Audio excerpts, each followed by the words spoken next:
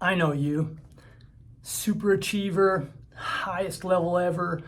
You're at work, you're working 50, 60, 70 hours a week happily. First guy in, last guy to go, first one to jump on the new project when it's offered up, always trying to grab that next rung on the ladder, right? That sounds like you. In your personal life, you go everything full blast. In fact, it makes people call you action man, because everything you do, whether you're doing physical training or you're keeping your yard up or whatever it is, you're constantly just going at it hard. And that's great. I was there. My whole thing, everything you did was go, go, go. What's the next job, the next contract, the next thing that I can achieve? How can I get a personal best in whatever this is, And then if that's the case, why does it always sort of feel empty when you get there? When you get the next contract, when you get the next job, when you get the next promotion, when you make your personal best in your marathon, it feels a little bit empty. In fact, you're asking, is this it? And then what's next? That's the two questions you're asking instantly so that you can get back on the chase again, back on the I need to achieve no matter what. Well, this is called the arrival fallacy, right? And it's a proper scientific thing, meaning that when you get there, the dopamine that you built up during the chase, all the work you did to get there was the part that was feeding you, right? And as we know, dopamine is an awesome drug. Dopamine, the endorphins, we get those and we feel great. But when we achieve it, that only lasts for like a fleeting moment. In fact, the more times you do it, the less it lasts, right? You get to the end as already you're thinking about that. That was me in my whole life. My coaching career as a coach of athletes, coaching basketball, I coached all over the world because I was constantly looking for the next thing. What's the next championship, the next team, the next higher level that I can be at. When I started my own business, I left education because I'd reached the top of what I could get in education. I was a senior administrator, I was a department head, I ran different programs.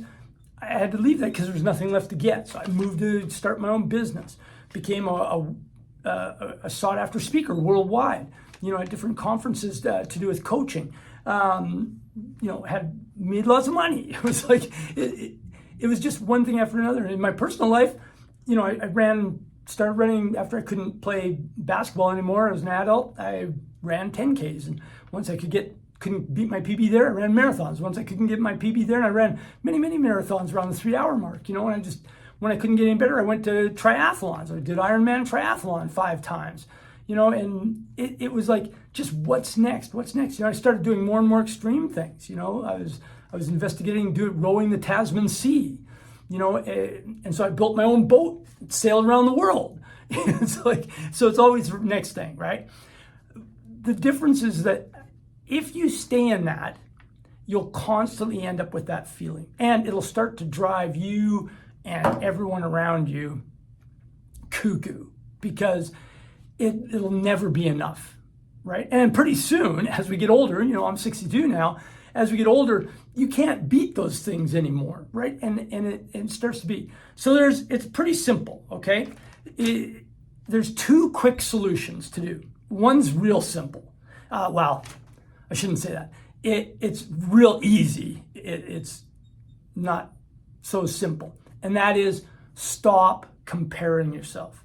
And that's so hard with social media today.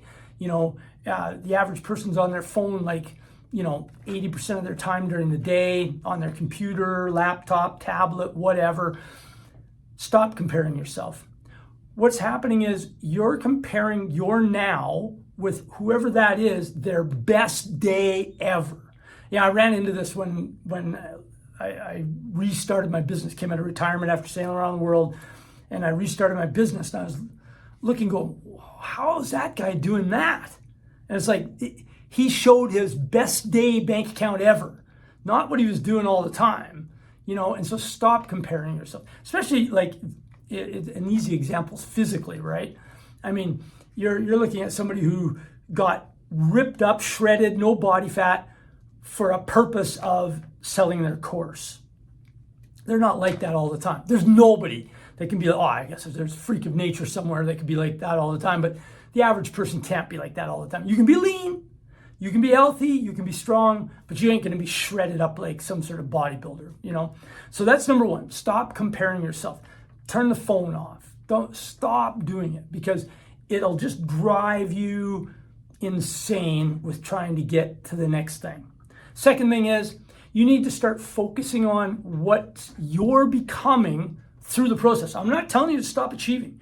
I still am chasing the next thing, but I'm more focused on the process and what's that doing to me as a person. And I first started doing this when I was coaching sport, because I was always like, what's the next championship? And I was actually probably hurting some of the athletes, not physically hurting, but hurting their sporting careers, because if they weren't serving my purpose, I would get rid of them. You know, I'd play whatever, because I needed to win the next championship to get the next job, the next promotion, the next bigger school, whatever it was. So I started focusing on how was I growing as a coach, as a person. And my statement was, how do I want them to speak about me when I'm gone from that position? Not when I'm dead, but when I've moved on from that position. What do I want them saying about me? You know, and that started making me focus on the process that I was going through. And so that is a huge thing. And keep achieving, keep pushing hard, because that's your nature. No one, you don't want to throw everything away. You just want to get focused on more about the growth. So here's a few examples. One, just start focusing on the habits you're building. Right? And these can be built around health or relationships or communication. What are the habits? Because you'll know, same as I did, that our relentless chase of achievement pissed a lot of people off. And we always weren't probably the nicest humans to others, because we were in the chase, right? Win or die, win or take all, that whole philosophy, conquer. So look at the habits. Second thing is, really look at what skills, abilities you're building in there, right? What skills and abilities? For instance, for example, I look at a couple of my Ironman races that I did.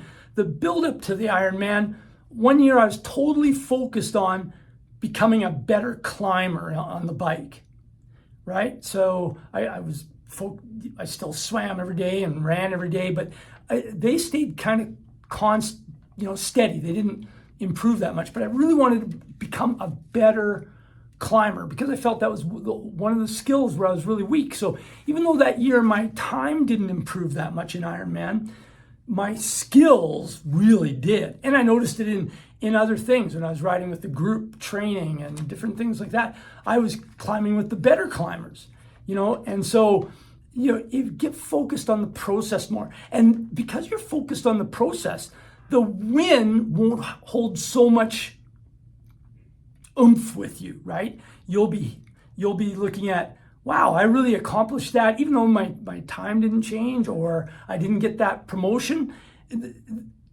It's not going to matter as much, because you've got the dopamine and the endorphins from achieving these other things in the conquest, right? So keep achieving, keep pushing hard, stop comparing yourself, get focused on the process and how you're growing as an individual, because ultimately that's what it comes down to. What are they going to say about you when you're not there? This is Andy from Stone Age Success. Catch you next time.